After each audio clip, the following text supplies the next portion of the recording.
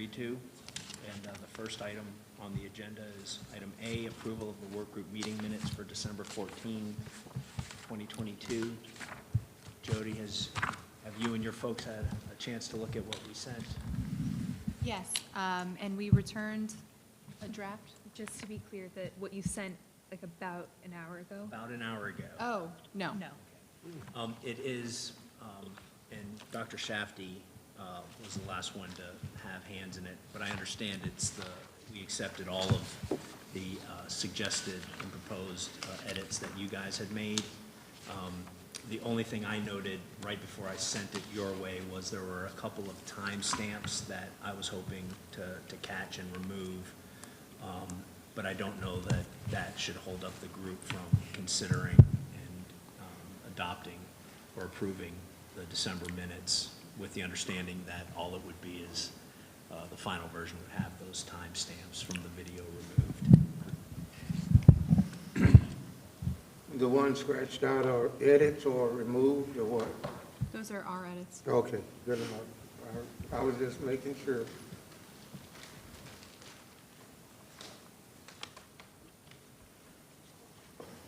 I was in theirs. I come prepared.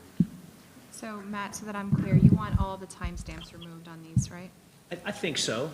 That's my proposal. It's the work group's call, but I think that's, timestamps were there, I think, for discussion purposes as we were exchanging drafts, but now that we've got final minutes, I don't think they're necessary. I agree with that. I make a motion to accept the meeting minutes for December 14th.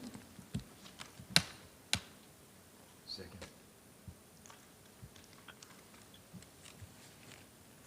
I don't know, I just said that. I'm the chair. No, I'm sorry. And we're still, like, we are not used to public meetings, and so I don't remember, I'm like, what happens next? Well, unless there needs to be discussion, I think y'all can vote. All in favor? Aye. Aye. Opposed? Good to go. And, Jody, maybe for the record, you want to mention, Microphone, they can't sorry. hear you. Jody, for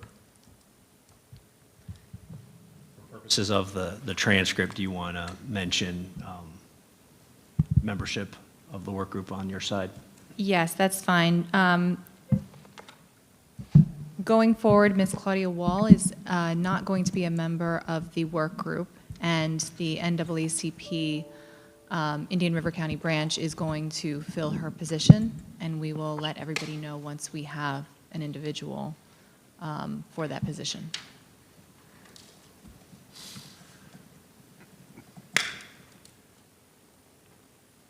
All right, the next item on the agenda is item B, consideration of indicator 8 for section 2.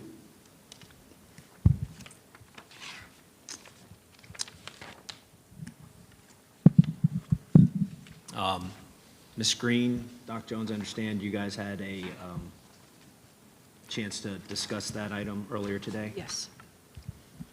Go ahead. Okay. If you remember the December meeting, when this first came up, we talked about we will have same number of black teachers renewed as white teachers. And the first thing I said as a former principal is, you know, my job, my responsibility, and then as a school board chair is to make sure we have the best teachers for all of our students. And I think former principals here and just in general, we understood that, because the most important thing we can do is get a great teacher in the classroom for all of our students. So I told Ms. Green, I said, you know, at the very beginning, I said, nope, not going to happen, not doing it. Okay, so then when we talked a little bit about the term that Ms. Green brought up during that December meeting, similarly situated. I really didn't know much about it, did a little research myself, and then talked to Ms. Green today. And from what I understand, when we are looking at African-American teachers within the mentor program are renewed at a rate not significantly higher than white counterparts in identical positions. We talked about they were both classroom elementary teachers. Okay, that would be identical. You could be third grade, fifth grade, okay? And Rashawn, if I'm wrong, step in here. If we have coaches, math and literacy coaches have the same kind of responsibilities with the instructional strategies. Okay. Then we go into performance evaluations. Then we look at, especially for our annual contract teachers, effective, highly effective, or you might have a needs improvement. So the same there. And then this was a little bit of discussion we had on qualifications, because sometimes we will do a non-renew after 3 years because the certification isn't there. HR knows that it has to be done within the 3 years. And then experience, we're talking about the mentor program, years 1, 2, and 3, so that experience. Did I say it right? Or do you want to add to that legally?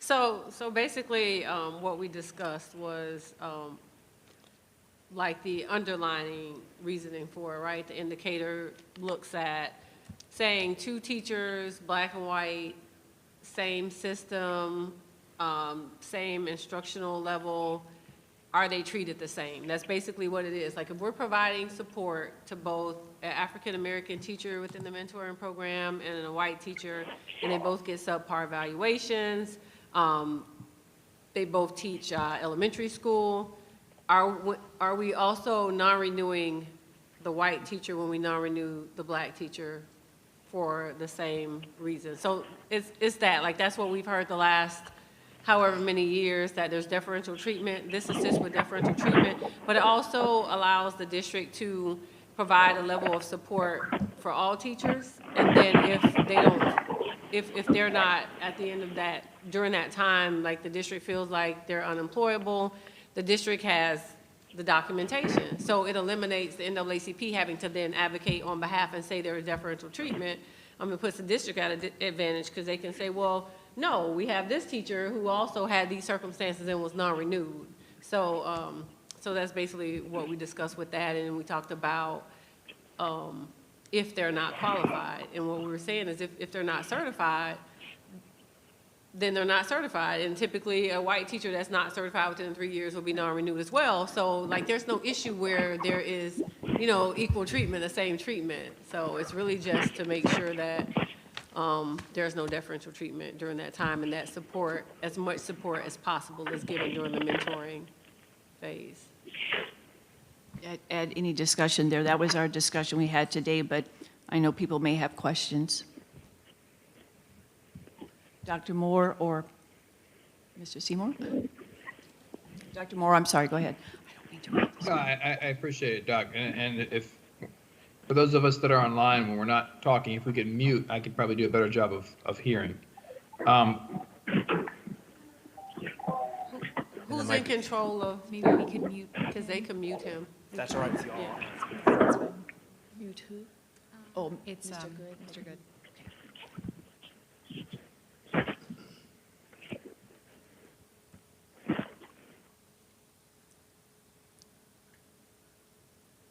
And that now sounds significantly better. Good. So I didn't catch everything that Mershawn said, but based on the definition that or the statement that we provided, if we're all in agreement that that works, then I think we're in a good place. I do too. Mr. Brown, Mr. Browning, any comments or questions? Get out of the inserts. It's a team effort. So has there been any exchange of specific verbiage? Well, the one we talked about a little bit today with Mershawn and I thought was pretty good. You know, because again, I learned here about the identical positions. So we did say we want to adjust the identical, because Okay, if I it's know a what you're literacy saying there. coach and a math coach, then it Right. won't be identical. Right. But that's why we said similar. Similar, like you have a Yeah. math coach and an English coach, they're doing the same thing. Right. Responsibilities as far as going into the classroom and helping. Right. Similar, does that work? The same instructional classification. An instructional Right. coach, That's- whether yes. content will be math, science, literacy, but you probably want the same instructional classification. Classroom teacher, classroom teacher. Right, yes. Same instructional Yeah. class, okay. That's good, thank you. Yeah. Mr. Seymour, anything, buddy, on that? No. Okay. I think it's fair. I think it's I certainly learned, because when I first heard that, I'm going, what? Now I got it, I'm sorry. Because we all know we want to hire the best Right, teachers for our students. That is a given. And we had a pretty long conversation today, and I was talking to Marshawn. I said, it is tough finding teachers out there today. I tell this to everybody, only about 9% are graduating in education now in the country, where when I graduated, it was around 33%, because that's what women did then for the most part. And of that 9%, the most recent data I had is about 8 or 9% of that is African American. So we are going to have to really work hard, continue to work hard, not only recruiting, but retaining. And we talked a little bit about something, how we could do that, but that's a whole different platform. But it was a good conversation. No, because I don't know if I have it right. Okay, maybe help me here. Do I have it right? African American teachers and instructional staff is that right?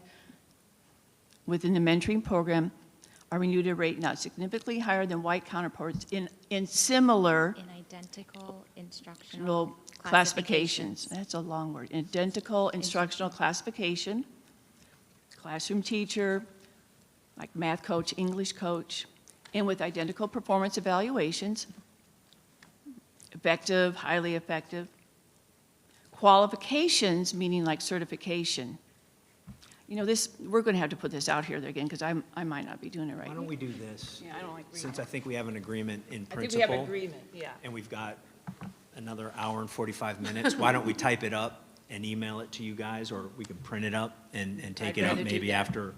after a quick break at around 7, if That that's all right works. with y'all. Yeah, that works. Thank you. As opposed to you reading it into Yeah, the record. I may read it wrong. And it become memorialized. Just saying. All right, if it's the work group's pleasure, we can move along to item 2C, consideration of key performance indicators for section 3. We had sent a draft KPIs, I think at the last meeting or shortly after the last meeting. There was some comments for consideration that the NAACP side sent our way. At this point, it seems that the work group wants to identify KPIs for discussion and consideration. I'd open it up for that. Section 3, okay.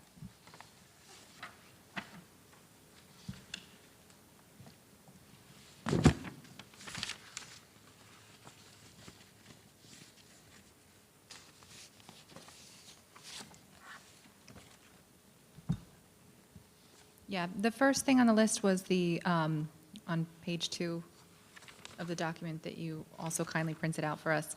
Under section 3, strategies for recruitment of African-American teachers is the goal statement. So I will read the proposal along with the edits into the record. To utilize research-based strategies and systems to attract, recruit, interview, and hire African-American teachers and instructional staff. Just a question, can you tell me what research-based information you're specifically talking about? Like national best practices, like something that's, like you can kind of Google and they have like national best practices and then data to support that, like what has worked at other institutions and that data supports.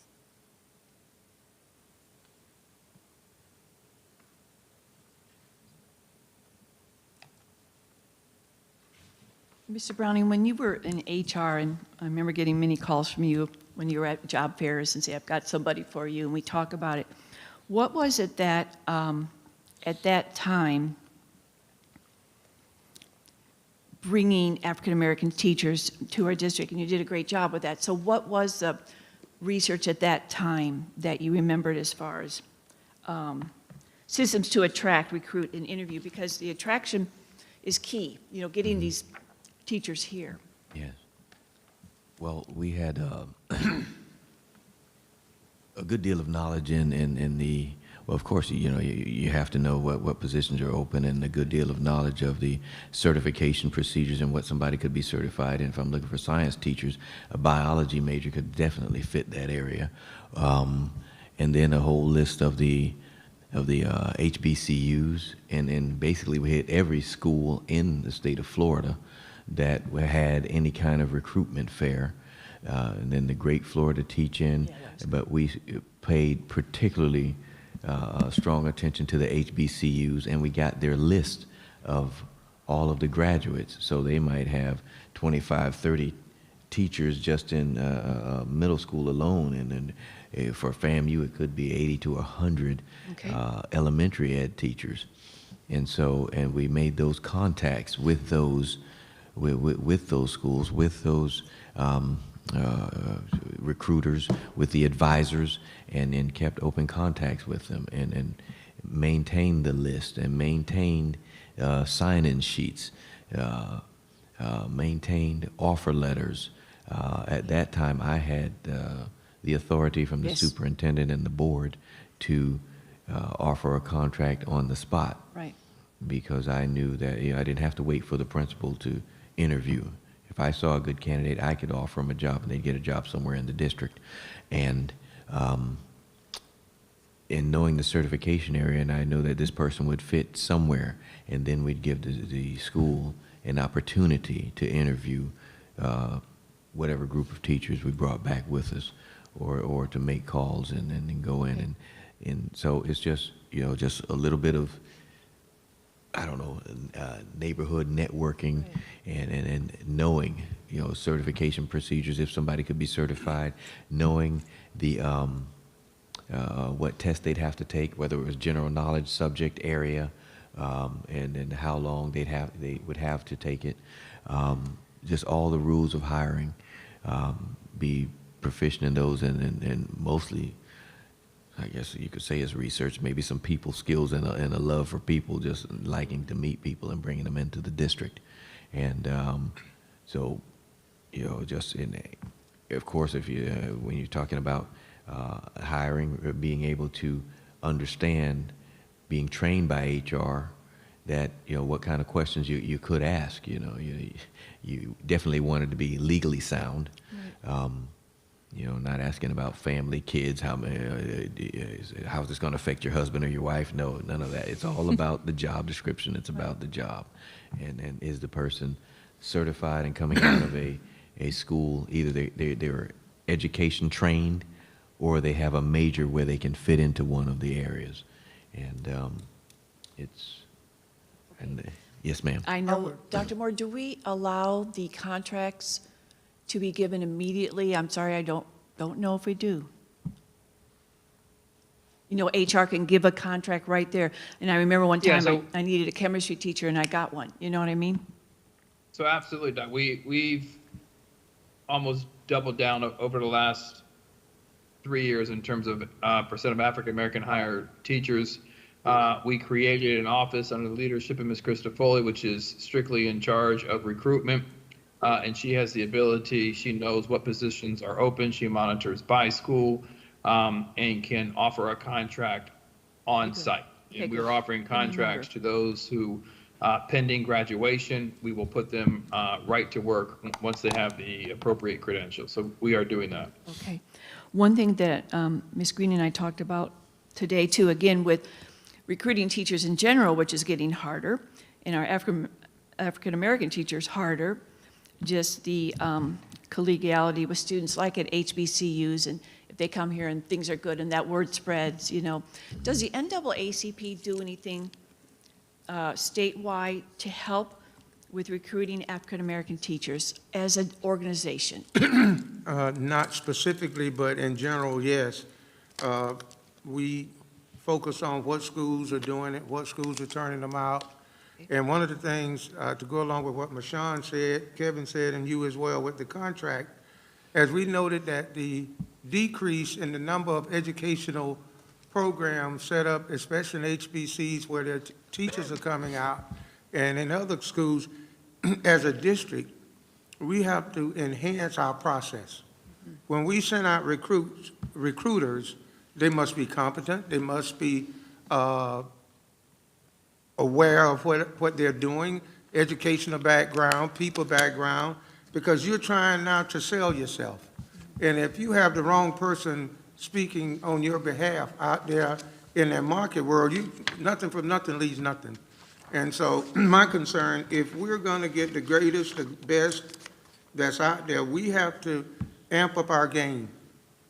We have to send people out there that's going to represent, have that contract in their hand, understand what we're looking for, and have an educational foundation. You can't send a football coach to get a tennis player. Right. So, yeah, that's one of my concerns is to enhance and professionalize your outreach. Now, you said earlier about NAACP, talking to HBCUs because education numbers are going down. Any suggestions from them on how we can improve that nationwide, let alone statewide? Well, Doc, if you just look at the state of the Union of Teachers, FAMU, for instance, pharmacy, business, Yep. law, Yep. all of a sudden, these schools were teacher colleges, Florida Memorial, Bethune-Cookman.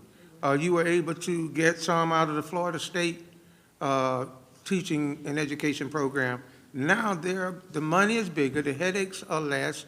We have not kept up with providing the financial background, foundation for our teachers. So one of the reasons, if I was a young 18-year-old, 22-year-old, education would not be as entertaining to me if I could go into computer technologies or something like that. So it's a matter of, at the school level, identifying them. Right. And having a process to start supporting them from ninth grade. High school, right? So, Okay. and that's some stuff we talked about at the NAACP level, programs to identify potential educators and then set a foundation to support them. And we'll take any help we can get, to get our teachers here and retain them. Yes, Jody? What about expanding the scope? I don't know if the process is beyond Florida, but if you're attending fairs in North Carolina or South Carolina, yeah. So in a couple of weeks, I believe our recruiter and our team she's going to Howard University because they are actually partnering with other universities. So while it's hosted there, they usually don't. They monopolize, like, you're coming to my university, Right. It's my students, but they've opened it up to all colleges in the area. So she's trying to use funds efficiently while going into the environments that can attract the most students, because the fairs, what we're finding is you have incoming freshmen, you have sophomores, and they have these great dreams and aspirations, but they still have 4 more years to go. So that's the challenge with recruiting, is who comes to the fairs, how well the fairs are advertised and attended by students to make sure you get the quality candidates that come that you want to recruit. But she does go out of state, Valdosta State, NC State. She's going to Washington, so. And then I read about some that there was like expos where there are multiple colleges that are attending those types of fairs. That's what they're doing at Howard. Seems to be the case, yes. And I just add again, who we send. That's very important. Yes, and they have to be, I learned a lot from Godfrey Gibson, who was retired at the time. And so I'm standing behind the desk and behind the table, and Godfrey would walk around and he'd grab somebody and bring them back. And he'd start talking to them about the school or retirement or the district or something. He'd make that connection. And he brought some people back who were from here but hadn't thought about coming back. So if you're going to Bethune, it would be smart to take a Bethune graduate. If you're going to FAM, take a FAM graduate, somebody who knows. When I went to UCF, I took, what is her name, the principal of Osceola, because she was familiar with the school. And so you take some people who are familiar with the area and I had to get to be outgoing more than I was. You had to come from behind that table and grab people, talk to them, strike up a conversation, because just standing there, if I'm in Orlando, nobody wants to come to little Indian River County Right. because they want to be where Mickey City. Mouse is. Yep. They want to be where everything is and where they've been partying for the past 3.5, 4 years. So you have to take people who are familiar with the area. Jermaine Johnson, I understand, is one of the recruiters, and I got him at the Great Florida Teach-In, him and John Buldo. And you know, I think Buldo was first, and he said, "I have a friend." And I said, "Well, bring him on over," and both of them were PE. So people who are not afraid to go out there, who are familiar with that area. So if she's going to Howard, maybe there's a Howard graduate or somebody who's from a HBCU or somebody who's a member of the D9, which would be the Divine Nine, and probably don't know what that is. A Thinking. fraternity Analytic person. Council. Alpha, Kappa, Alpha, Phi, Beta, Sigma, Mr. Simon, Kappa, you're Alpha, not Psi. gonna speak up? I know some of the fraternities, but I don't know. what the Yeah, so divine- They call Mr. them Seymour is the a Divine Kappa Nine. Alpha Psi, and he could go out there and have on his jacket See, or a that's what I was sign. thinking. Not only- Not only the people we have, but like you said, grabbing those people who graduated there, and that's important, whether they're retired or Divine Nine or, And Doc, as with Mr. Seymour, he's in education. right. He has the persona. He is one of the Divine Nine. You put him with his colors on the campus. Yeah. That's an instant attraction. But if you send somebody just Joe Blow who really don't have the pizzazz, the foundation, you're gonna get nothing from nothing is nothing because you out there to make relationships. Establish a relationship, and as Mr. Browning was saying, reach out and touch. But if you don't have that skill set, you doing a disservice to the district just saying, oh, I got me an African-American recruiter that I'm sending out. It's the connections. That's not gonna get you anywhere. It's the connections. All right, Divine Nine, get the other 8. Let's go. But I got to echo, what Mr. Browning stated too. It is the connections and what you want to do, not only reach out to people, but make sure you have a plan of action if they do come. Yeah. And we want to talk about sustainability. That is the plan. Not only to just have a teacher for 1 year, but you want to see them progress and possibly be administrators or some way of, continuation in our school district. Yeah, and like I said, sometimes one brings another. They want a friend. They don't want to come Exactly. along. Right. Exactly. Well, this was great information on that original question I had for Mr. Browning on research-based. Got an answer, and I also have that not only with research, the connections. Research is part of it, and then it's the connections. Dr. Moore, any other? We'll continue, but anything else on that as far as the statement? No, but as I listen to the conversation, I think we have some recruiters on the other side of the table that Yeah, I can was gonna join us say. as we do recruiting. If I was going to say, can we call you? But we'll get to that. Okay, when we look at, obviously, the goal statement is good. Indicator 1, obviously, we have that, and that is related to the implementation of the recruitment plan articulated by the district strategic plan and the SDIRC recruitment plan. That's obviously our working there. See page 16, I looked at that, and the recruitment plan. Now, the cross-outs, Dr. Shafty, and then we have over in the column. Did we cross those out? I'm sorry. No, ma'am. No, okay. And then what we have from then Jody and her team, indicators 2 through 8 are included in the district strategic plan and are captured by indicator 1. That makes Just sense. so that it was redundant, Got it. to eliminate the Got it. redundancy. Got it.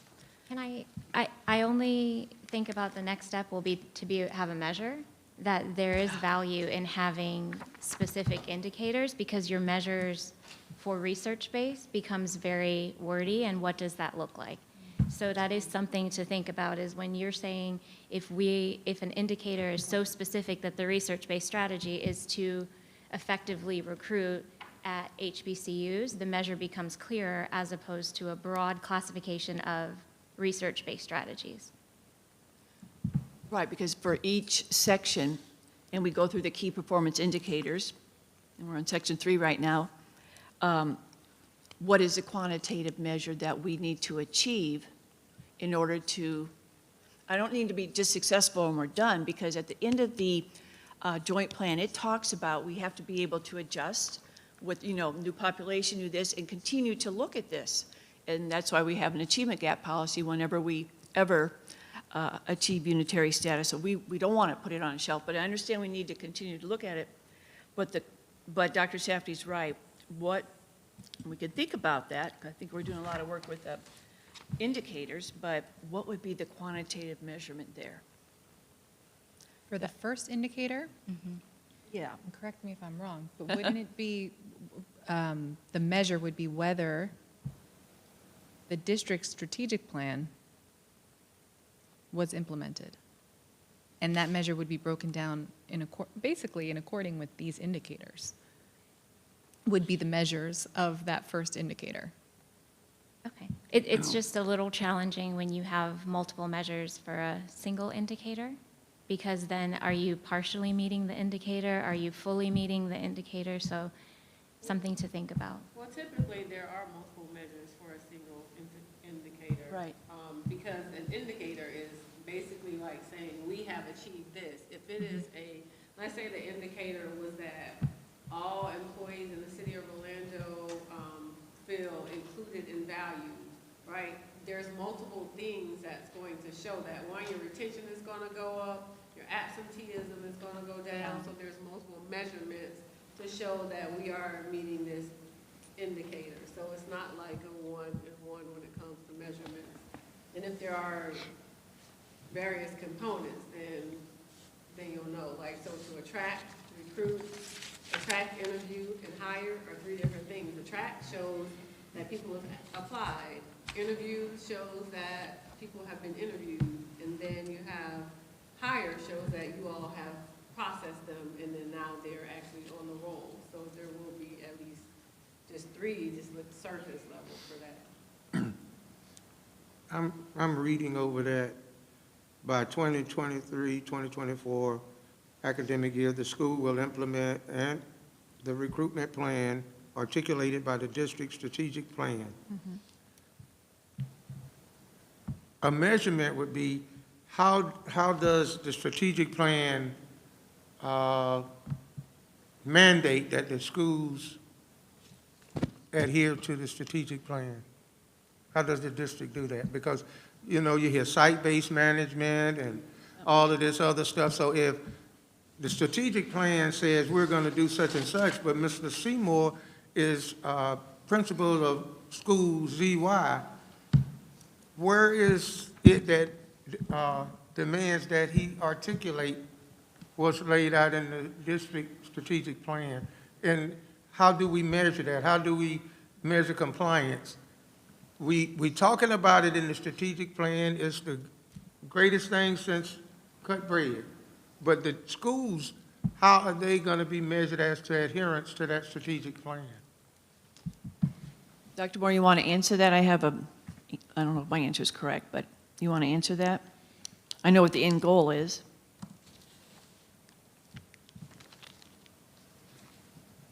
Can we say it again so I can appropriately respond?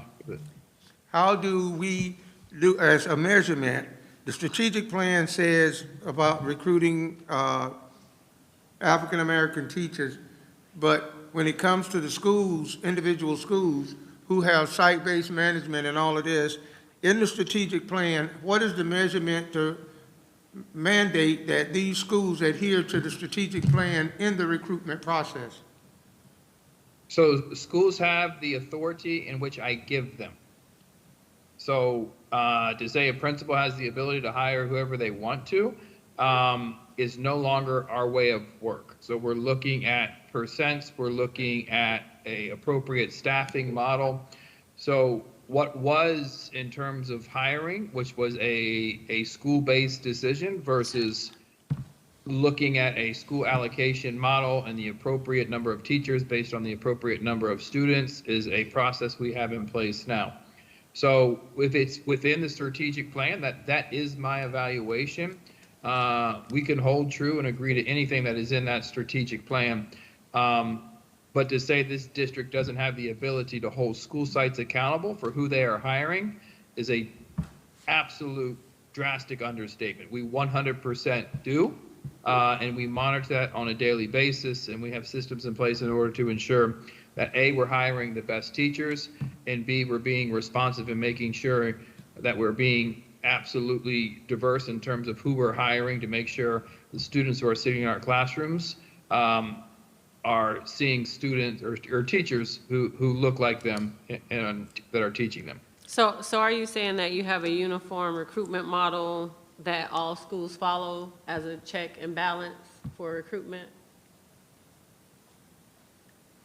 So yes, we monitor who is being hired. We have dashboards that look at the percent of teachers at specific schools in alignment to the overall demographics of a particular school. That dashboard, I look at a monthly basis. We push back with principals in order to ensure we're just not, hoping for an outcome, but we're being very strategic in terms of what we're doing. The growth that we've seen, which is just short of 4% in the last 3 years in the midst of a pandemic, which is almost higher than it's ever been in the history of the system, has come because of we are monitoring what school sites are doing, and we hold them accountable to who is standing in front of our students. See, when I was at Site-Base, I got to hire who I wanted to hire. But it's not that way anymore. We're looking at the overall picture and making sure we're doing our best on diversity and representation.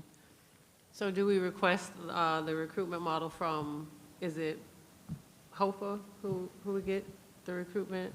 I'm sorry, honey? The recruitment model that you all use, do we request that from HOPA? The recruitment plan is publicly posted. Okay.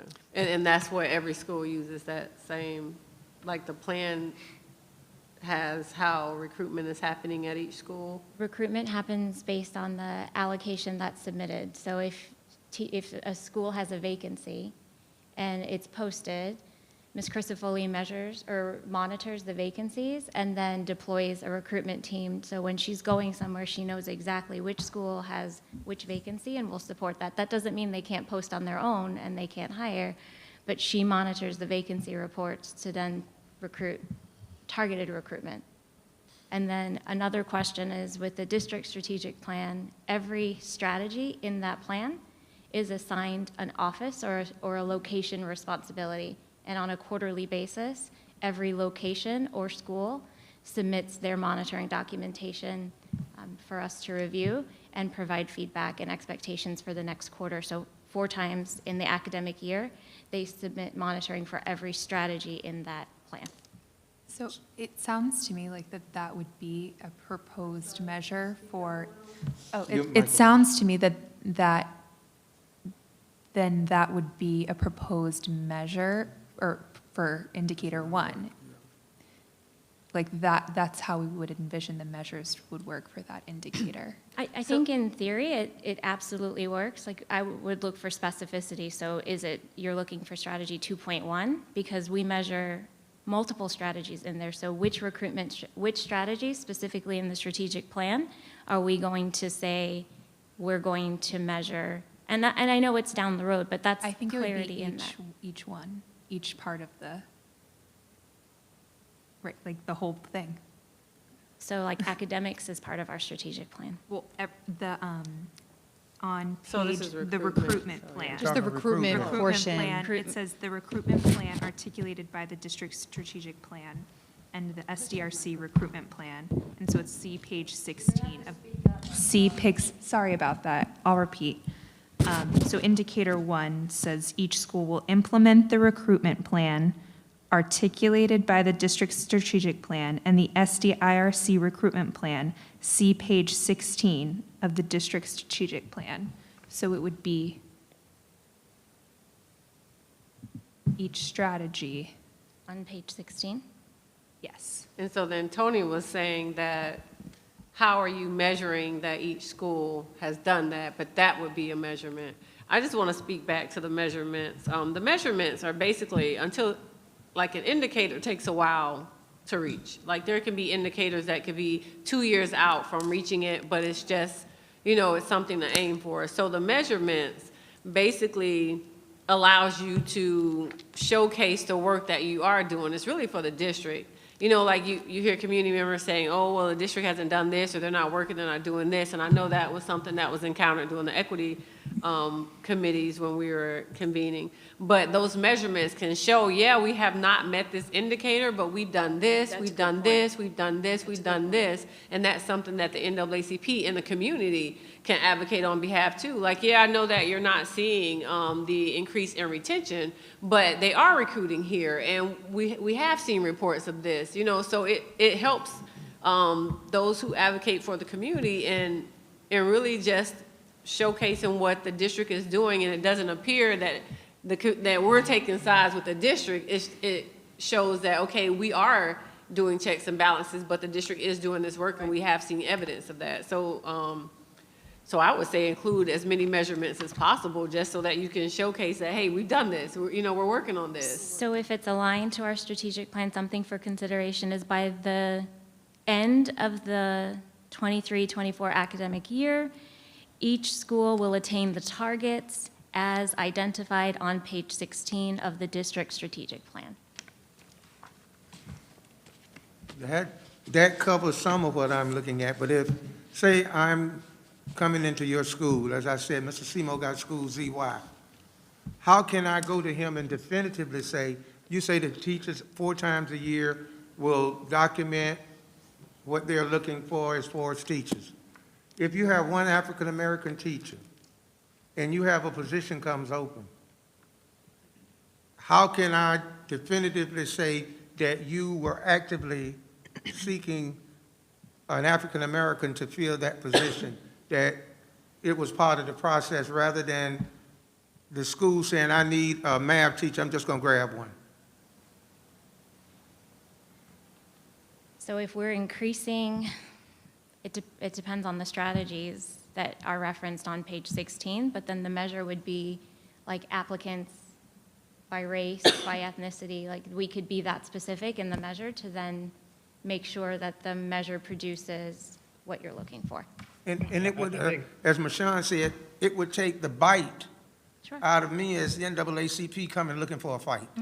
That you can validate that, okay, years ago, and I think Dr. Jones, you remember, in Dade County, I don't know if Dr. Moore remember, if they needed 24 teachers, they needed 10 white, they needed 8 black, 6 Hispanic. Once they got the 12 whites, they could hire no more whites until they filled the other criteria. That made sure that the process was being followed. And if we're going to do this after 55 years of doing it wrong, I think to overdo it is more profound than to just arbitrarily say, we're doing this without the data to back it up or any measurements to show us that you included in your pool African Americans. And we're going to need your help because we've got to make sure we get those teachers, and we're just going to need help on getting them to our area, getting the right people to recruit, getting the Divine Nine. I mean, I'm just saying it right now. We'll need your help. If you recall, I think the metrics is the data, you know, and in God we trust, all others bring data. And if you look at the data over time, either it will show progress and improvement, or it will show that we are not. And these are live dashboards that we have that are public facing that show the percent of teachers by school. Right. So to me, it's just being very, very public with your practice. It is a compounded problem based on the ability to convince any adult to go into public education in today's world. But here nor there, that's not an excuse, that's just a reality.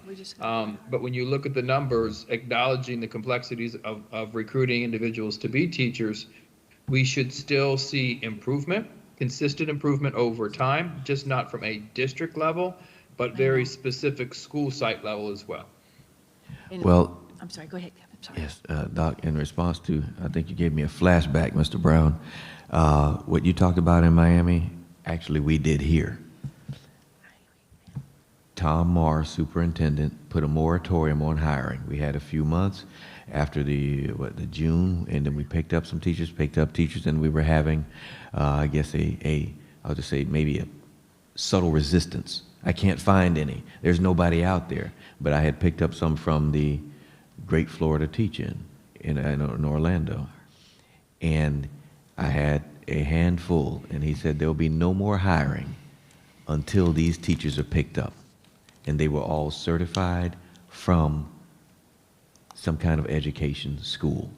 So that has been done here, and that was one of the ways that we made progress, because there were some who just weren't going to do it unless the superintendent had put the foot down and said, your school needs somebody, and if you can't find them, Kevin Browning's going to place them in your school.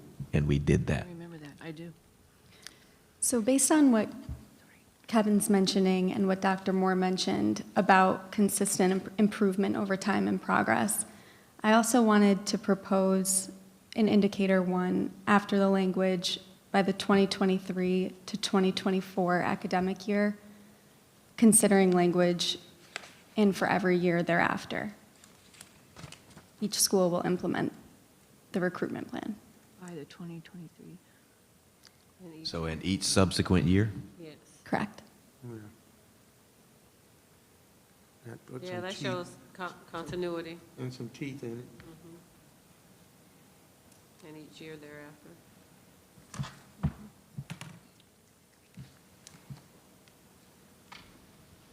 And one thing that I would like to say is, if you've done all could do, and you've done your due diligence, and you can validate, and you can document that we did this, I ain't got no dog in that fight. I mean, Will you repeat that? I say, if you've done your due No, diligence. I ain't got no dog in that fight. Meaning the NAACP can't come in if you can validate and show documentation that you followed all the protocols, you did everything necessary to hire these African Americans, and you still couldn't. I got it, I got it. That's one story, but to just show me documentation and this and that we attempted this and we attempted that, no, no, no. It's show me, and that's why we're doing the indicators, we're doing the measurements, we're doing this so that due diligence is inherent in what you do moving forward. I think what that does too is take some of the onus or the pressure off of that recruiting office, and it puts the pressure on some of the principals where it should be. Oh, I can't fill any more positions until I do what I should have done, and looked. Not saying that people aren't doing what they should have done, but and looked at all of the applications and the criteria and found somebody. Because I think from, what is the hiring season, from almost May, when you know teachers are going to be non-renewed, all the way up to August. So you have a bunch of time to find somebody, and for somebody to get right to the end and say, I couldn't find it, I didn't even interview anybody, I couldn't find somebody, that's, would really not be acceptable. So putting a hard deadline like that, or a hard stop, might just be one solution. That was an excellent addition. Okay. Any other points on, Dr. Moore or anybody on that indicator 1? And I want to repeat what Mershawn said. Indicators, big picture. And then looking at all the data to support that, because as you just said, Mr. Brown, continue to do the work. And I really think Dr. Moore and Mr. Seymour and Dr. Shafty, we've got to get some partners to go on our recruitment trips. I'm not saying people aren't doing the job, but is it Tony or Mr. Seymour talked about, the colors and the fraternities and being there so that the young men and the young women in sororities could have an association and know that that's alive in Indian River County. Okay. So it Yes. sounds like we're saying the same thing. Can we finalize that language? Yeah, I forget. I get going. I'm sorry. I'm not good at that. Go ahead. I think you wanted to add something after the comma? Yeah. Would you say it, Krista, again, please, honey? So indicator 1 would be by the 2023 to 2024 academic year, and for every year thereafter. Or each subsequent year, did somebody say? Sure. Okay. Yeah. And for each subsequent year, each school will implement the recruitment plan articulated by the district's strategic plan and the SDIRC recruitment plan. See page 16 of the district strategy plan 2020 to 2025 and SDIRC recruitment plan. Right, because everything is part of our strategic plan. I don't know why we're being time specific, because that already is an expectation. So we don't need time to implement what is identified in our district strategic plan. So are you proposing then a change to the first clause, this by the 2023-2024 academic year, and instead changing it to each school will implement, and then some sort of clause indicating that it would be implemented for each subsequent year, or that by implementing it, that it's all, will that assume that it's always implemented? School will. I would like to play going with that devil's advocate. You got to put some fire under people's feet. We've been stuck in this hole for 55 years. If Dr. Moore has this strategic plan and he's adamant that you're going to do it, if he's not there, we need something, checks and balances. And I think what she added to it by putting those dates, it puts some fire under some people's feet that you will do this. And it's, I don't look at it as a negative. I look at it as a positive, enhancing the process. So I don't see it, adding those numbers as a negative. It, to me, enhances and motivates those principals to do their job. And it gives a timeline, like, so by 2023, 2024, if someone picks this up, 3 years from now, when they read it, they don't really know when this occurred, but if we have that 2023, 2024, we know that this happened before that, and the goal was for 2023, 2024, and they can look back to see if it has happened. Dr. Moore, any comments on that? I agree with the fact, feet under fire, but I just fundamentally disagree that principals have a right to their job if they fulfill the expectations that are set forward by me in this district. And it's an expectation. To say that we have to wait to do what is a professional responsibility, That's a thing. I don't like. I understand what Tony's saying, and I don't Yeah. disagree with what he's saying. I just think we've been doing this for 3 years. We've drastically increased this number, and there's drastic opportunity to continue to improve the number. Right. But none of this is an option. None of this is like, well, you can try if you want. No, it's a condition of employment. So this is more of a deadline, not like a start line. So basically, this is saying, if you're doing it now, this is great, but by this time, we expect to see it. So it's not really telling your employees to wait until this. It's saying, like, this is when we're checking. We're gonna check during this time to see if you have. Like, this is when we expect. Like, it doesn't drive your work. It's just for us as a team saying, this is when we're going to look back to see, has this occurred?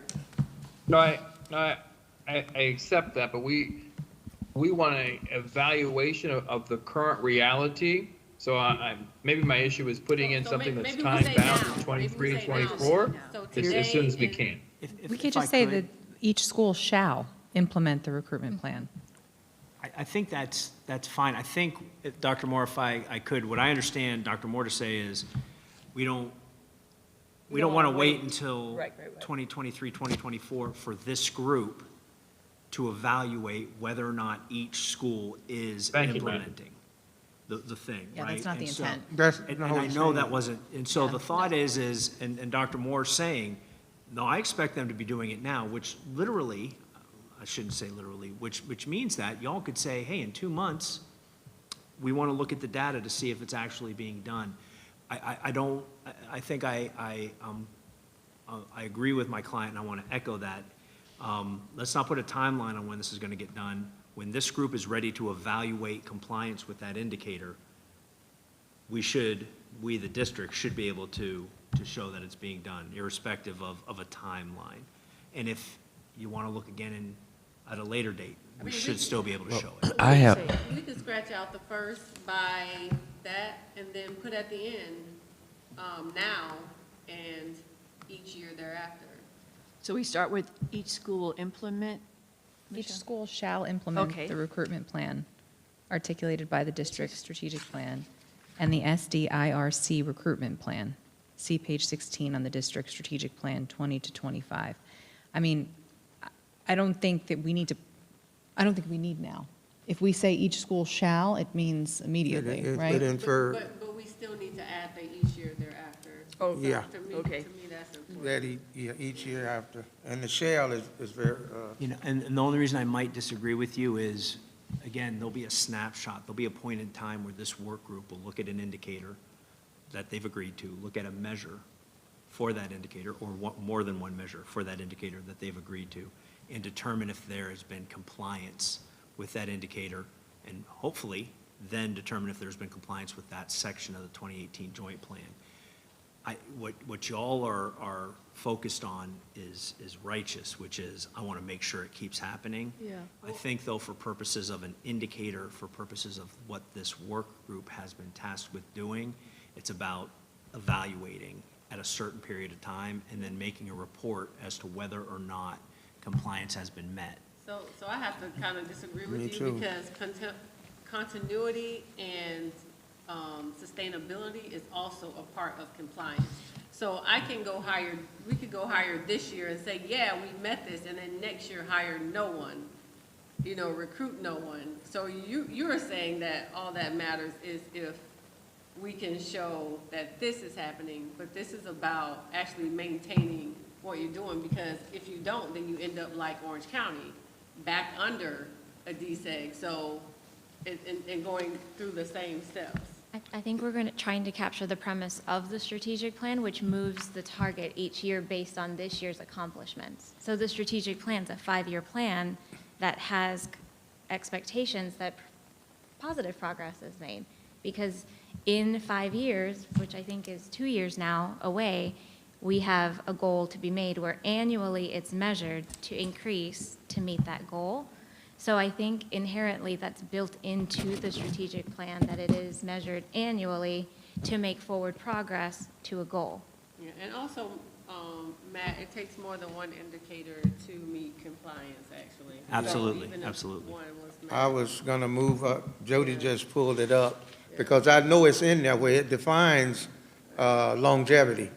And for you to say just in that moment, for you to look at it and, it's over time, that we will still be looking at this rather than the snapshot that you have conceived in your thought process or what you articulated just now. No, it's we shall be able to, don't we going back to the failure factors, which was over in Pinellas and Orange County. Oh, we did it. So we got it, unitary status, we don't have to do that anymore, and we're right back in the rat hole we were before.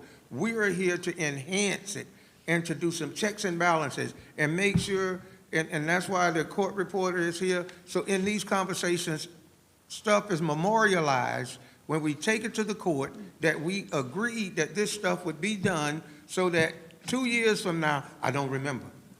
We didn't say it like that.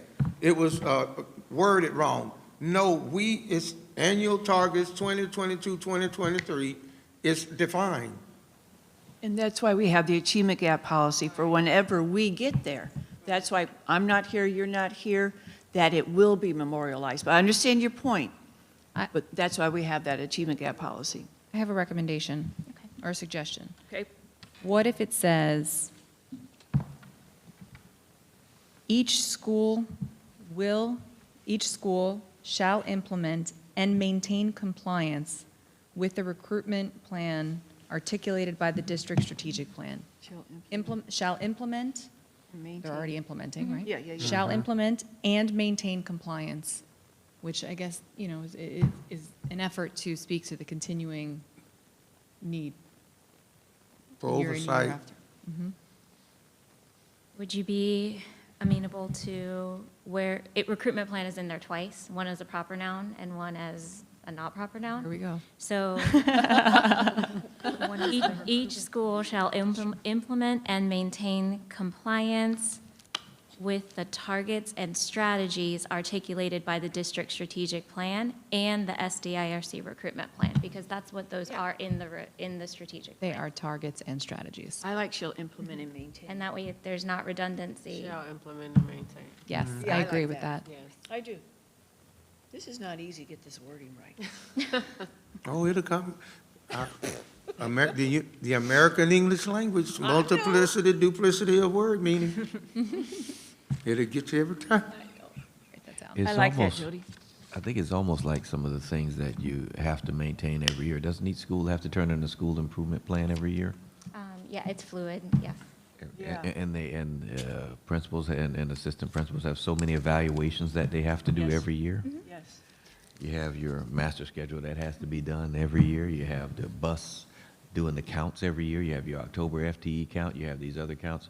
So it's just certain things that have to be maintained. And I think it's one of those that are important enough that it's one of those things, if we're in court for it, Yes. it should be. I agree. I like Angela. it. Shall implement and maintain. Dr. Shafty, do you mind reading that one more time? Sure.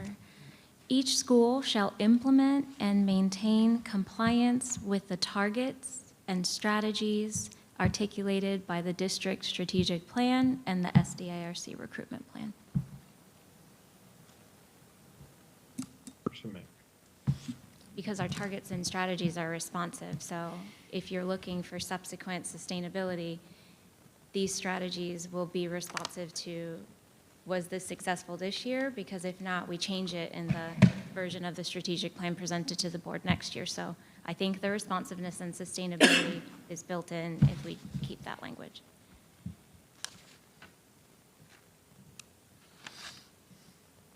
Do you have any questions about, do you not like that? Oh, no. I Okay. think that's great. I just was wondering what we do next. Do we vote now? Is that, And are we ready to vote? And do we want to keep the reference to page 16 of the plan as well? Might that change?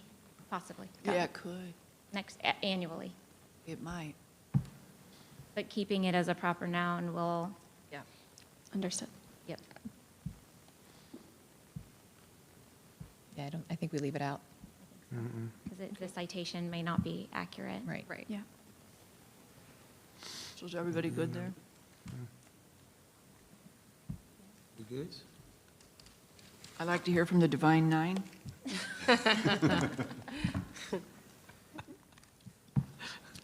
Moving That's right our new thing.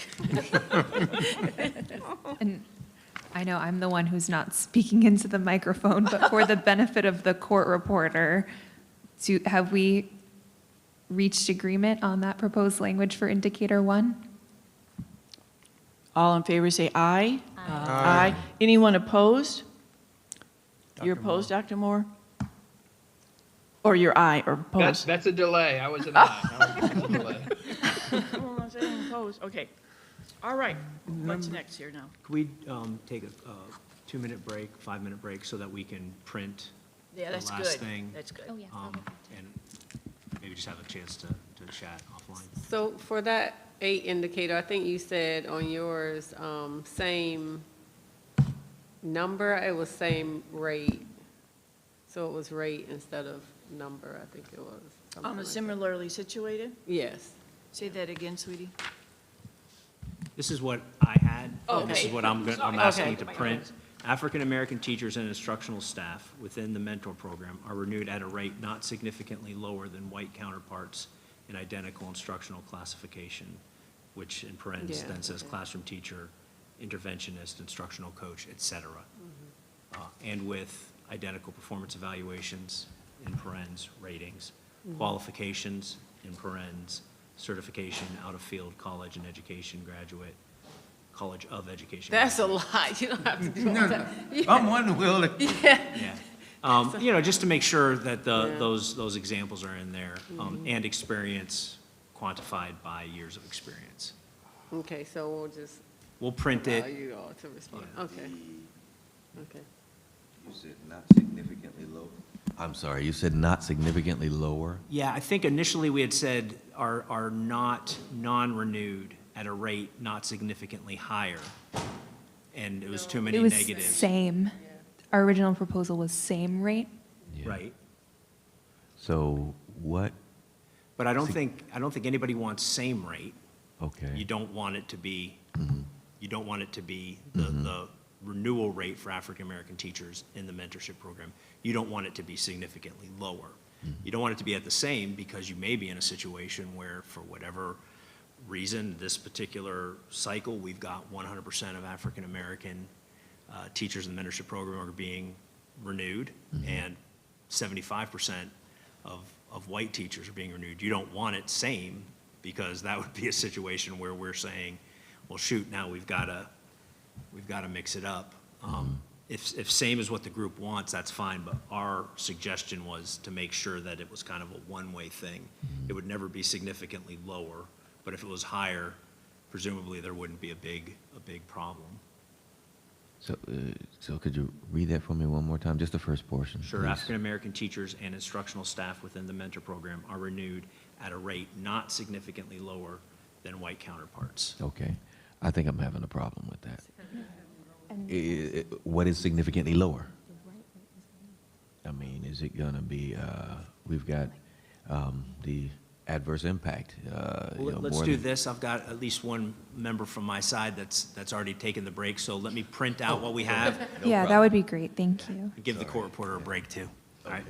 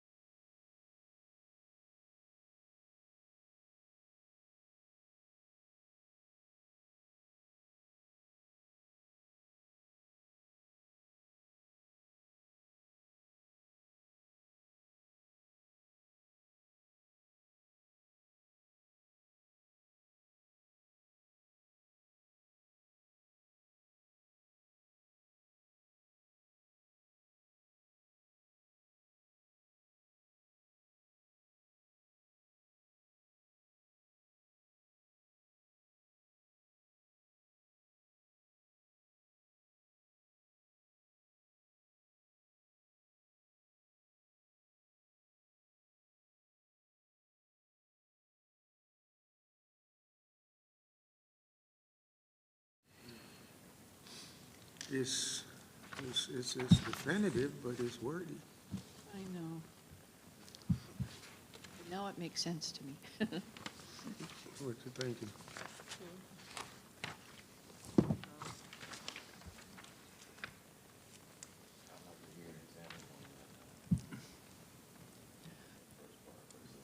Significantly lower, what does that mean? If I could, I'll just tell you where I was coming from when I took a stab at language. One, I didn't want to go with the same rate, like we were talking when, right after we went on break, Mr. Browning. In the event there's a situation where no black teachers in the mentor program are being non-renewed, and 3 white teachers in the mentoring program are being non-renewed, I would hate for the district to be in a position of going, well, shoot, we promised same, right? Similarly, one of the examples that I think came from y'all's side last time or the time before was, you know, if there's 10 white teachers and 10 African-American teachers, let me give a different example, 10 white teachers, 4 African-American teachers. If we're in a situation where 2 out of the 10 white teachers are being non-renewed, and again, they meet all these other characteristics, and 1 out of the 4 African-American teachers is being non-renewed, I think this might have been one of the points you were getting to during the break as to what is significant. The issue there would be, okay, that's lower, but it's not significantly lower, in as much as we're still talking kind of within that standard deviation, you know what I'm saying, within a certain range of similar or identical. So that was my thought of saying that was to give the district some room to make those hard decisions, so long as it's not a situation where it would raise anybody's suspicions. If you have a suggestion for a better way to word it, by all means, you're a member of the work group, and I am not. You want to speak? My suggestion is same, just because when we put in the language similarly situated, it removed that whole 5 white, 10 white teachers and 5 black teachers, and then if you do 20% of the white teachers, you have to do 20% of the black. By going similarly situated, Tony, water. Sorry. By going similarly situated, it is now on a case-by-case basis, right? So we're looking at teachers who aren't certified. It's going to be basically the same rate, 100%. If the teachers are not certified within the 3 years, then 100% of white and black teachers are non-renewed. So that's where the same rate comes in, as opposed to significantly lower, which kind of significantly lower indicates some discrimination or some deferential treatment happening, because teachers in the same situations are being treated differently. So that's why same rate is important, because same means everyone is being treated the same, as opposed to preferential treatment or differential treatment. So how would you word that? I mean, what would be your wording with that? Just say renewed at same rate as white counterparts in identical instruction classification. So then it means that whether you're black or white, you're treated the same, because it's the same rate. Now it's not even looking at whether or not a certain percentage, because it's saying that if you have this criteria, the district determines this criteria to either be renewable or non-renewable. So if you meet it, then automatically you're renewed, and if you don't meet it, then automatically you're not renewed, and race really doesn't matter in that instance, because it is based off the criteria as opposed to the race of the teacher. So it eliminates the opportunity for differential treatment. Okay, so let's look at 3 things. So you have same, similar, not significantly lower. That not significantly lower sounds like you don't know what it's going to be. Subjective. Yeah. Right. It could be 40% difference in there or whatever, and you say, well, that's not significant. Significant to me is 50% or more. Whereas then the same would be just straight equal, and similar, okay, you know, 75% were renewed, and then 70% were renewed. So I don't know which word to, or which phrase to bring it, but definitely that the not significantly lower leaves too much room, I believe, for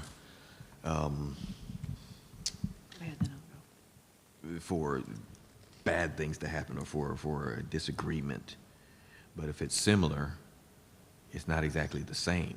But if it's the same, then you know, I like similar better than not significantly lower, and I definitely like same. But So I think same, you have to look at the total count. So if there are 3 African-American teachers in the program, 1 is not renewed, you're at a 33% rate. As opposed to if you have 20 of another race, 33%, like, will be a higher count of the 20. But you're missing a significant and important part. It also addresses in that situation. It's based off, so it's the standard. Like, you all are focusing on the rate instead of the standard, because if the standard is concrete, then it doesn't matter. The rate is going to be the same, because anyone with this standard, you all are taking the same actions for those folks. So instead of looking at the rate, it's the standard. So if you have 10 people in a cohort and you say that if they have a subpar evaluation, we are non-renewing them, then 100% of both races are going to be non-renewed, because your standard is solid. It's about the standard as opposed to the rate.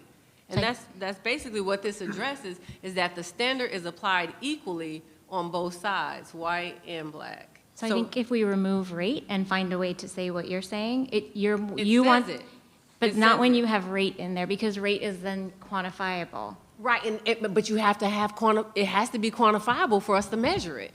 That's the whole point. It has to be quantifiable. That's why we had to add rate, so that we can quantify this. Can we show this? Yes, we can. So we look at these standards and we say that the district renews if this is met. So then we look at everyone who has met that. Are they renewed? Yes, so then it's 100% on both sides. Except we won't know if we don't know the reasons for non-renewal.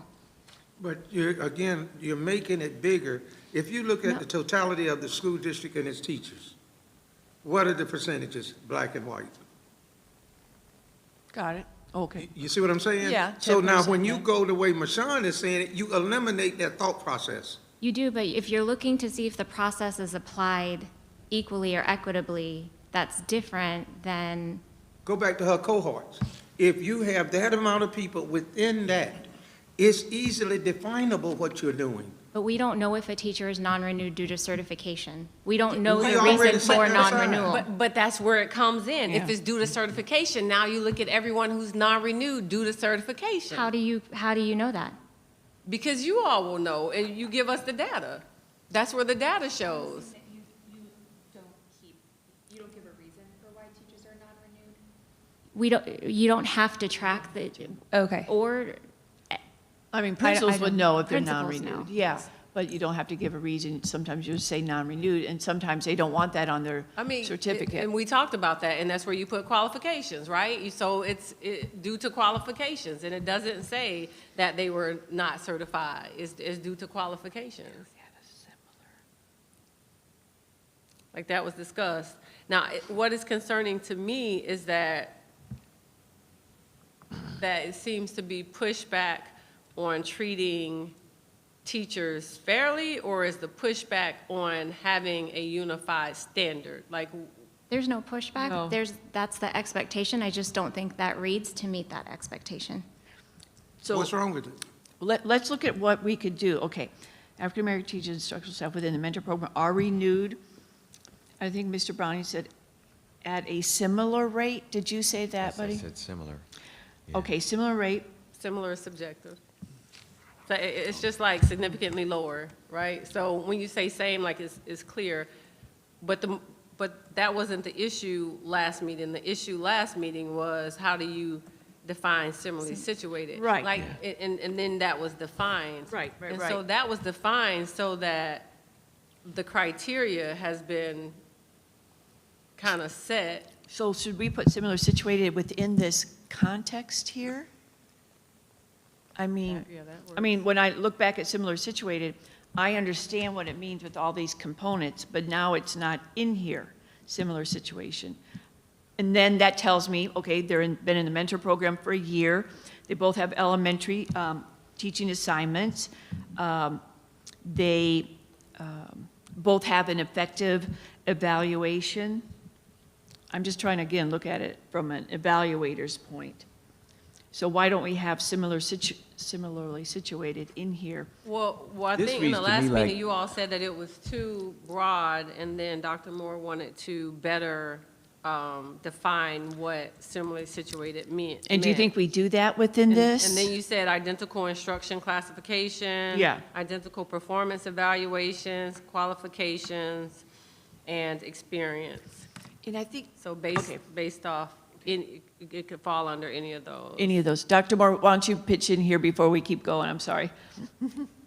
Well, we can't have the conversation for a reason for a non-renewal. We're just opening ourselves up for countless lawsuits when we're trying to say a reason for non-renew. There is no reason. Now, if you want to talk about renewals, that's a different thing. But there's no reason for a non-renewal. And that's the second we say that there's a reason, there's a lawsuit. Yeah, there's So- going to be a lawsuit anyway if the people allege that you've discriminated and they come to the NAACP for advocacy. Like, the whole time, the 5 years that I've been involved, there have been complaints about differential treatment when it comes to teachers, which is why this indicator is extremely important, because we are consistently having to advocate for not only teachers, but administrators pertaining to differential treatment. So figuring that having some type of standard then allows you all to kind of document what is happening and can assist us when we get these complaints, either to advocate on your behalf and say, well, the district has this information and we've seen this, and while we're sorry that you were non-renewed, we've seen stuff that shows that, it supports the district's actions, as opposed to it just looking like plain discrimination on the district's behalf. So would you say something like they're renewed at a same rate when everything is, well, I don't know, equal as far as, the instruction, the performance, the qualifications? Like we were saying earlier, if everything's the same on all these areas, that's what we want. Right. But I'm not exactly sure how to say that at the very beginning. I think you're going to have a difficult time meeting. The attempt here, as I understand it, Matt, was to define similarly situated. Right. I don't think you're going to ever have someone similarly situated with all of these requirements. I think you're not going to, what you're trying to achieve of that retention of the same rate is not going, it's not going to work with this. It's not what you're looking, you're trying to do two different things. So what's your suggestion, Jody? I'm working on it. Okay. Would be to change identical? Because that's where I thought identical was Because a we say no. identical, right, Right. for classification, performance evaluation. She said, speak up. I think because we say identical for classification and for performance evaluations, and as I read it, identical might even carry through to some of those other descriptions. So would changing that word be enough to resolve the issue? Would you say again, change identical to what, honey? I'm not sure if you and Marshawn maybe talked about it on your Oh, call, so- or if you have suggestions. If I could, I think Yeah, I just took out identical. Jody, what you just said, I think, is very well may be true. And we may be trying to combine too many different elements here that are incompatible. Because I hear what you're saying, Mr. Browning, and Ms. Green about, well, similar is good, but it's still subjective. And yet if we take out identical, then what goes in there? Similar? No, he's talking about rate. When he said similar rate. Rate is the operative word. Is a number. But I think the same thing, the same argument might exist for the other part. If we take out the word identical, or identical and same being synonyms, well, what does that mean? What is the level of comparability that there must be for the two cohorts as it relates to their instructional classification? Or as it relates to their performance evaluations or qualifications or experience? I think we're beyond what can be fixed tonight, but also I think we may need to kind of reassess how this is written in the first place, because, and I'm taking this based on what you just said, Jody, which is I think we're never going to get somebody, and this wasn't my goal in drafting it, but I don't think we're going to be able to find groups of people that fit these, that we're able to compare rates. You'll never have someone, that's why similarly situated is usually used, right? Because it allows for some malleability there. Yeah. Defining it this way and making it conjunctive, you're never going to have someone who is on the other side that you can look at, Yeah. if you understand what I mean. So I understand the intent, but I think providing a definition is going to create a problem. And the national standard is similar situated. And the other thing is the combination of renewal versus within the mentoring program. There's renewal over there by itself, which that's not what we're talking about in Talking about mentoring. and within mentoring. And when we start pulling it all together, we lose it. Right, you have an even smaller class now because we're talking about the mentor class, Yeah. right? So, But I know I don't know about tonight, but I know we can come up with something. I'll be honest with you, I don't like not significantly lower. I mean, that's just, I like how you and Mashawn had kind of operated it, and then it got all twisted well, around. and I really believe I understood it similarly situated. I really do believe that. And I know what Jody just said about, but you could have white teacher, black teacher, both the first year in the mentoring program, both teaching a high school academic, both having effective evaluations, both having a decent mentor. I'm renewing both of them. Yeah, and that's similarly that's- situated, right, and seems that's simple. 100%. That's why it's- Right. Simple to me, but we're not wording it right. Well, is it as simple as just changing the word identical back to similar?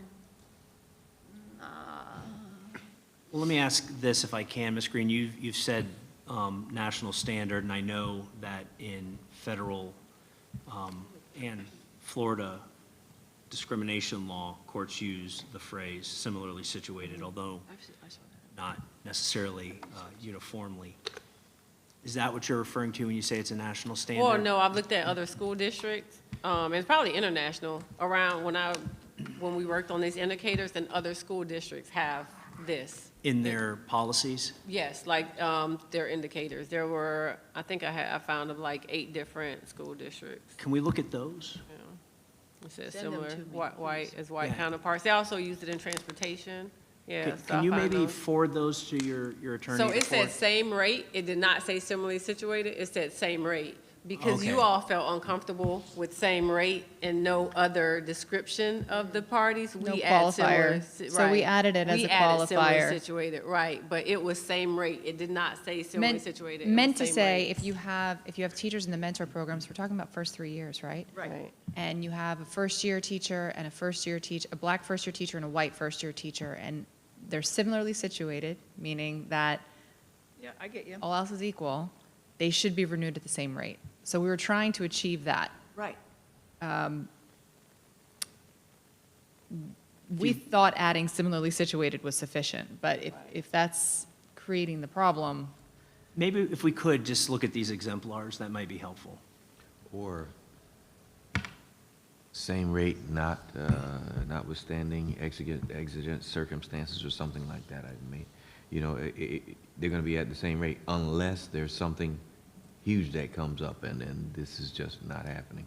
Because what this says to me is that there's a guarantee that black educators will be renewed at a lower rate, but it won't be a significantly lower rate. Yeah, I don't like the word either. We're beyond that part, I guess. Okay. And I just go back to getting renewal, and as Mashawn said earlier, if you don't get your certification, that's a done deal. That's over, yeah, it's done. But within the mentoring program, if all things are equal, and your black teachers are non-renewed more so than your white, that's where we see a problem. Now, to tell you that, okay, we got a teacher that's not proficient, and we're gonna fight for you to keep them, not on my watch. I know, it wouldn't be. I know it. I said that the other day. So I think you have a possible negative unintended consequence. If you have 100% African-American renewal rate in the mentoring program, 75% white, a principal could drop the non-renewal to match the 75% white if it's the same, correct? But we said similarly situated, so it takes into account the situation. So right now, you're staying overall. You're still looking at overall with the entire group. We're talking about now you're bringing in the situation and status of each teacher. That creates the individualism that you advocated for, because at first we had the same rate. Mm-hmm. I still think we have to, not in the KPI, but I do think you want to know what similarly situated means to everybody. Is it performance evaluations? Is it? It's whatever you use to determine whether or not you're renewing Your that matrix, person. whatever Yeah, it's matrix. so it gives the district the flexibility to say, here we looked at the performance, or here we looked at the absenteeism. It gives the district the opportunity. And all we're saying is that it's uniformity when you're looking at those areas. It's a uniform across So you the would want board. subgroups, if any teacher was non-renewed due to absences, then we'd break it down In by the race. mentoring program. In the mentoring program, then break it down by race, and you'd want the rate the same. If all things are equal. I still want to see those things from those schools too, Rashawn, if you have. I'm looking out. See, the problem is I use that to do my stuff and then I did not save it. So now, I'm going to have to search and try to find. We want to do this right, please. We want to do this So right. it did not have similarly situated. It said same rate, and that was just bottom line. It's white, as black as white And these are counterparts. school districts. In school districts, it was corporations. I looked at a bunch of different, but that was the language across the board for KPIs. Okay. Well, I think we had a good discussion. I'm not sure we'll get an answer tonight, but I'm learning. We're learning. This just didn't do it. Okay. The point is, we're all on the same page. Yeah. We just have to figure Absolutely. out how to word it, and I think that's a good place to be in. Absolutely. And I think seeing some of the language that already exists, we don't have to sit and reinvent the wheel. We could take some of that language and I mean, that's what we started off with, the language that already existed, and we ended up here. So, The similarly situated language? no, it was the same rate. Oh, same The rate. initial one, yeah, it was the same, at the same rate. And then, Dr. Shafty said that she wanted to use highly effective, is what you said, highly effective teachers. some qualifier. And- It right. doesn't matter, as long as the subgroups that are measured are the same. And that's where similarly situated comes in. Whatever subgroup that you're determining based off of, it needs to be the same with both. Now I have So we'll agree that we're all going to continue. Yeah, We all yeah, yeah, want yeah. to continue to work on this as a work group. And maybe we can even, once we have ideas, exchange them, because I like looking at those then, instead of waiting until the next meeting, you know? Yep, Yeah. We'll get there. we can agree to do that. You know what? What's next? We were on section 3, we were on the second indicator. So my 2 cents on it is, and we don't have to rehash it, Sorry. is that we just provide the data. Because ultimately, the system is being evaluated, and we provide the data on a yearly basis as to the individuals in the mentoring program, whether they renewed or not renewed, not putting the system in a place in which they're having to give a rationale for a renewal, because that's not good. And then you use that data to make a determination whether that is sufficient or not. Just providing and being transparent, and these are the numbers, can give you everything that you need to say, this is good, this is progress, or this is not, versus trying to say, it is what it is. Just let us share it, and you can say good, bad, or indifferent. I think we're kind of getting it in the weeds. I think we provide the information, and then you make a determination based on what it is. And you know, it's nothing we should hide. We'll continue. Yeah, I just look at it without rationale. If you non-renew 10 people, and then it comes before us to evaluate, those 10 people are already out of a job. So I think we need to have something set up to prevent those situations.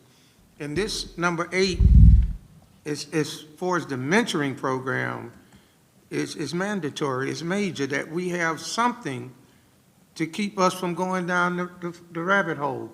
Because without rationale, if I'm a principal and I just don't like Eric Seymour, and I can justify non-renewing him as a human being, and I'm a learned professional who's been in this a while.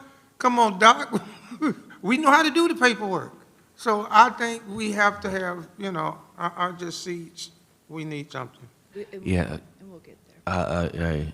I hear Dr. Moore kind of like what he's saying, but then we know history, that's why we have federal affirmative action guidelines and laws. That's why we have the 4/5 rule talking about adverse impact on a group. Yep. Because there have to be things in place. Some people are good, and they're going to do the thing right just because it's right. Well, how about we go with that? How about we use the 4/5 rule from EEOC? And some people they have to be made to do what's right. And so we're looking at the document that's been 50 years, and because something wasn't in place, I told you earlier about that superintendent had to say no more hiring until we get it from here. So hoping that somebody's going to do what's right.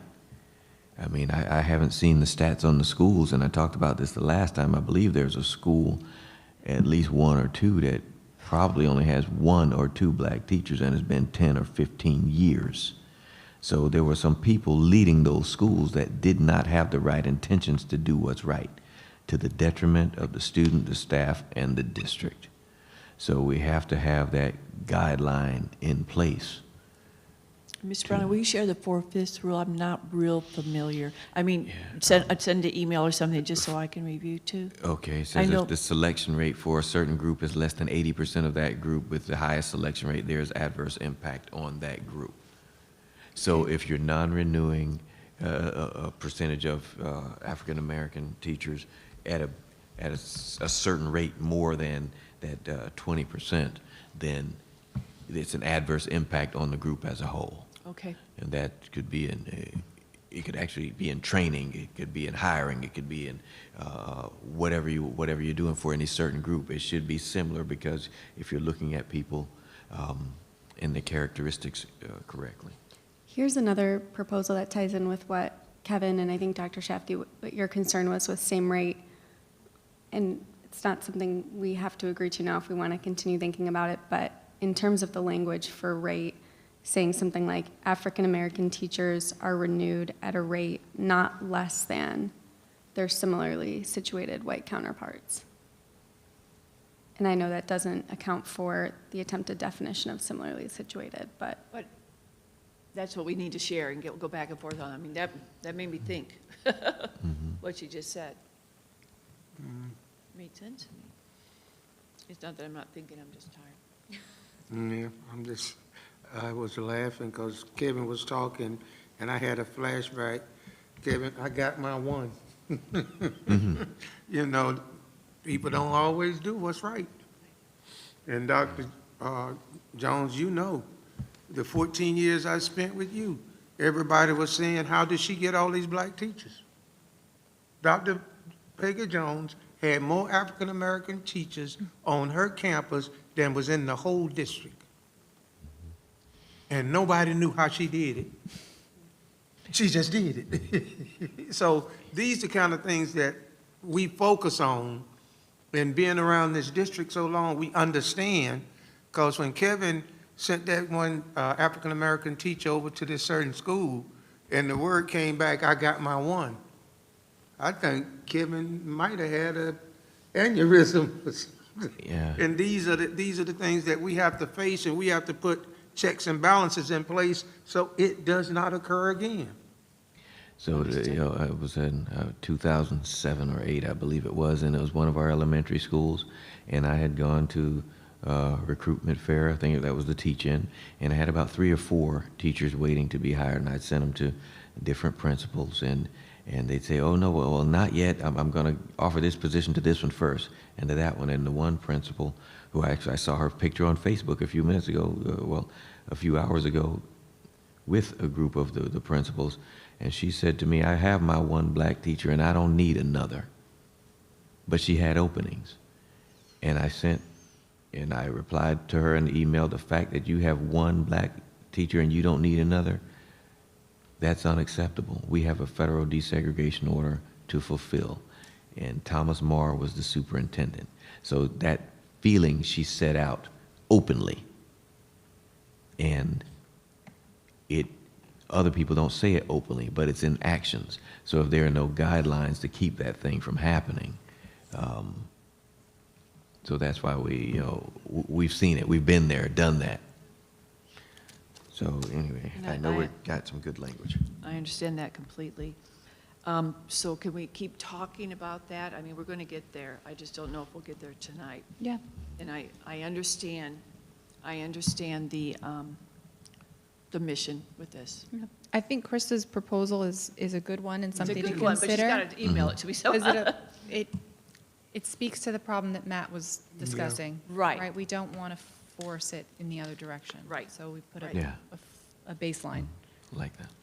Okay, so we have consensus that we will We'll continue to email talk it, about. yes. Yeah, I like this. What's the Okay. baseline for renewal now? for What do you mean, teachers in honey? the first through 3 years? How many are renewed first, second, and third year? Yeah, like, I'm not sure right So now. like percentage-wise, Do we know, Doc, how many are for like the last 2 years? percentage of renewal?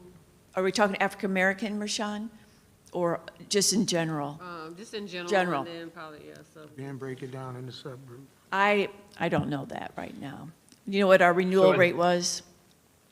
For teachers in general. Teachers, yeah. in Teachers general. in general, it's always very, very high, because ultimately, we do our best to keep teachers.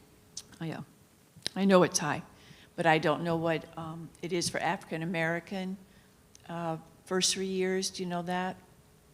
Dr. Shafter? She'll get it. I'm looking at our strategic plan, and retention of new African-American instructional staff members. We didn't have a baseline in 1920. The outcome in 2022 was 79%. Our goal for this year is 84%. Our goal for targets 2025 is 95%.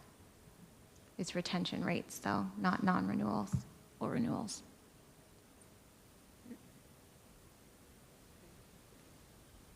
All right, what's next on our agenda? Conflict for March meeting? Well, there's a couple things. I'm sorry. That's all right. Yeah, I think we were still working on, you're looking to move on from the. Well, we're going to Still on the continue. indicators, right? Yeah. I Yeah, we did was on just want two. to bring up quickly during the break, we just looked over what I jotted down for indicator 1, and I think we initially suggested to take page 16 out, but because that's what we're referencing and using as the reference point for this indicator, we're hoping to just put the page number back in and understand that it's subject That's okay. to change. We could say see page 16 of the 20 20 strategic yes. plan. Yes, Yep, yes. that's what I was gonna say. Yes.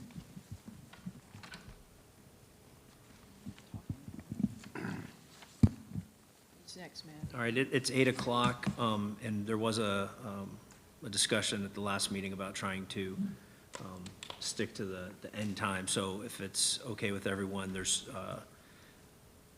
2 items left beyond the substantive discussions that we had on the agenda. One of them is a conflict for the March meeting. That's me, you guys, I'm so sorry. And the other one, if I could, maybe take that one first. I think as far as the agenda goes, we have work that's left over from today. And Jody, if it's all right, maybe your group and my office touch base next week and just start that discussion about what formally the next agenda looks like, because I think we'll continue down this path, if that's all right with the members of the work group. And that way, let's then just take a look at the scheduling conflict that Doc Jones has for the March meeting and see if there's a way to. We also had discussed on our call, I think both of us agree that we need to share work Yeah. much further in advance than we have been. So I think we should try to circulate drafts, initial drafts within a week of the work group meeting. So we have that month, 3 weeks to run with edits.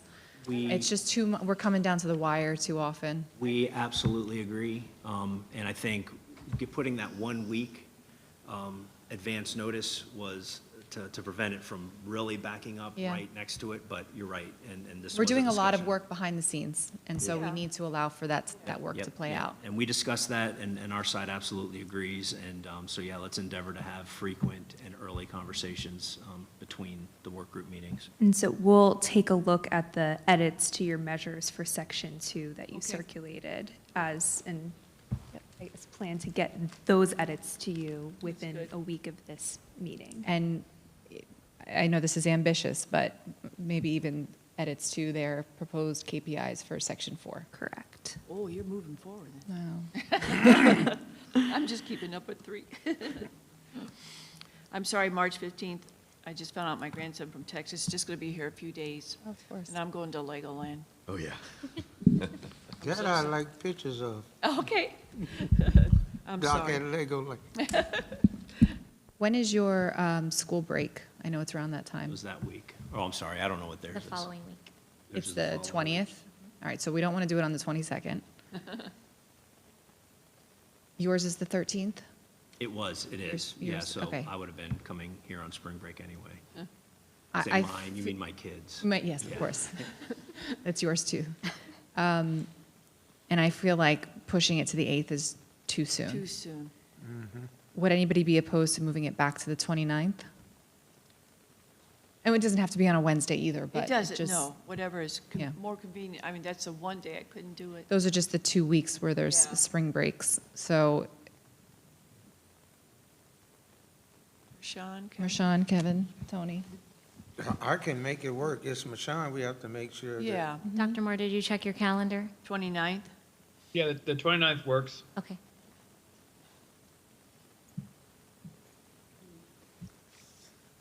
Can you make it Something work? crazy crossed my mind, I'm gonna shut up. Go ahead, the 29th looks, Michonne. She got to check it out. You couldn't do it on Teams either, hon? Possibly. Passively, It- okay. It's fine if I'm not here, so. No, it's not. It's not? How dare you? I mean, if you could do it on Teams. Kevin? it's Let us easier. know, I mean, it's just those 2 weeks that are difficult because of spring break. Yeah. But, other than that, if there's better days, Speak up. That week. Speak look at up. it. What about the Thursday, the 30th? Look here. March the 30th. Won't bother me. I'm good. Oh. Sister's here, but that's okay. you can bring her. I That's fine suggested as she well. bring her 6-year-old grandson, and that No, got then shot my down. sister's coming the 29th. That's fine. What day is good, Mershawn? 30th? 30th. Yes, I'll yes. do it. I Okay. might bring her. She'll learn something. Or turn the meeting out. Oh, I'll be there. Same time, 6, is that too late, or is okay for you guys making it from work? 5 better for you, Kevin? 5:30? 6 is good for Rashawn. Okay. Good, I'll put it down. All right.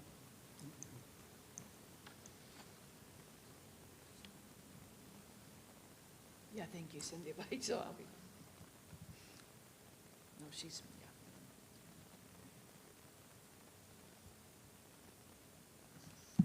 All right, well, thank you all for your flexibility you. with that. Thank you. Thank you very much. Is there any other business? Just everybody get home safely. Don't worry about that. All right, it's 8:06 and we'll adjourn. Thank you, everybody. Thank you. Thank you, guys.